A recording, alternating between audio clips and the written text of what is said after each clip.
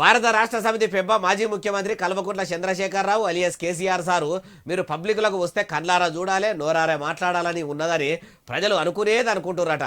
కొందరైతే ఆయన మీద పడి ఏడుచుకుంటా మొత్తం ఎల్లబోసుకొని గుండెల బరువు దించుకోవాలని గుండెల విసిపోయేటట్టు బాధపడుతురట. అట్లెవలన్నారే అంటారా, అన్న మనిషిని కూడా పట్టుకొచ్చిన చూడుండ్రి. అయ్యా అద్దంకి దయాకర్ గారు, మాజీ సీఎం గురించి జనం ఏమనుకుంటుర్రు మీ మాటలో చెప్పుర్రి. కేసీఆర్ జీ మీరు బయటికి వస్తే ఎట్లుంటుందో చూద్దాం, వెయిటింగ్ ఇక్కడ.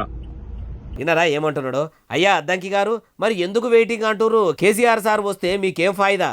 ఎందుకంటే ప్రజలు బయటికి వస్తే ఎట్లుంటుందో చూపించిన తర్వాత ఫామ్ హౌస్ కు పరిమితమైన మీరు బయటికి వస్తే ఎట్లుంటుందో చూడాలని మాకు కూడా ఉన్నది. అయ్యా 10 ఏళ్ల కుటుంబ పాలన నచ్చక కేసీఆర్ సార్ను మీరు అన్నట్టే ఫామ్ హౌస్ కు పబ్లిక్ పంపిరు అనుకుందాము. మరి మీ ముచ్చటేంది సారు?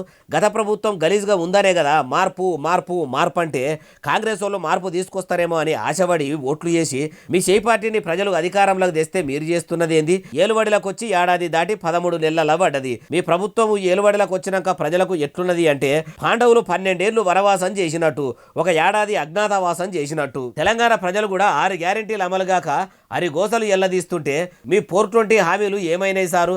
అవిటి గురించి కూడా మీరు ఇట్లనే ఎందుకు మాట్లాడతలేరు అంటుర్రు ఈ ముచ్చటిన్నోళ్ళు.